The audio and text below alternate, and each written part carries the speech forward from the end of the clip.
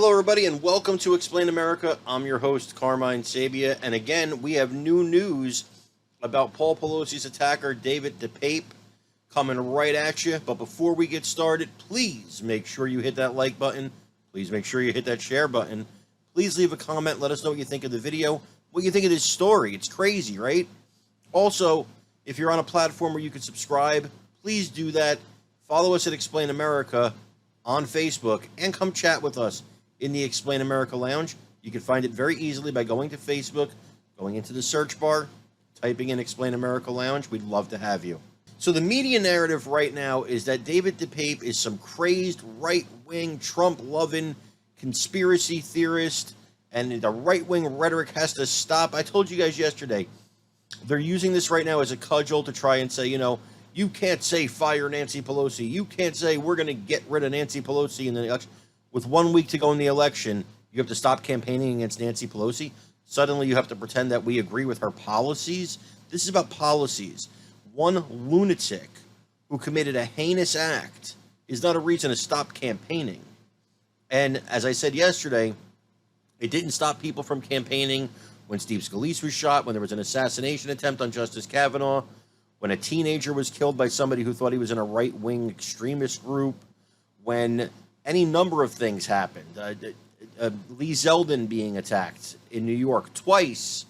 So, Rand Paul being attacked. So let's calm the rhetoric here, because the rhetoric and the crazies are on both sides. But there's new news about David here, and I want to share it with you. It seems that Mr. DePape was not just a right-wing conspiracy theorist, he was also a left-wing conspiracy theorist. He's a nudist activist. He worked with hemp. He lived across the street from a hemp place with a gay pride flag. And he lived in a place that was known as a hippie commune. This is also a homeless guy who lived in a storage unit.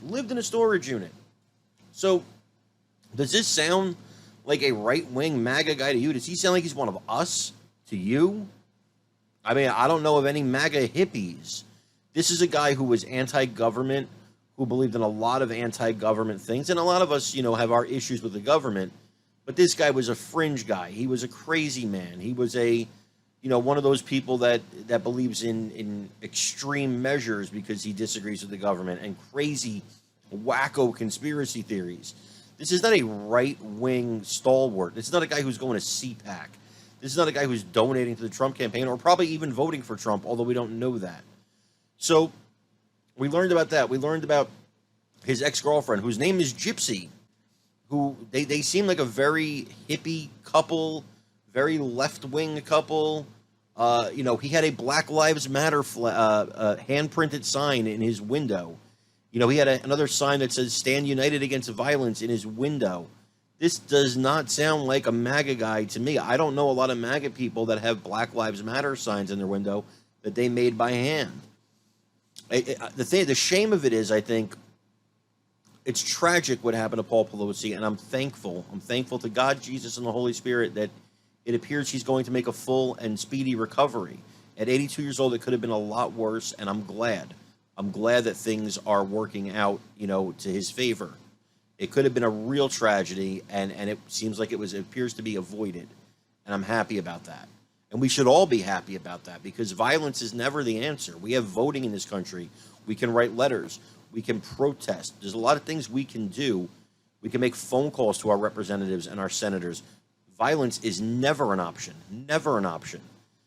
And I think the media is being the worst in this situation, besides the criminal himself, in trying to paint this as a right-wing nut job who was, with these right-wing talking points. He was MAGA. He was this. That's just not true. The evidence does not point to that.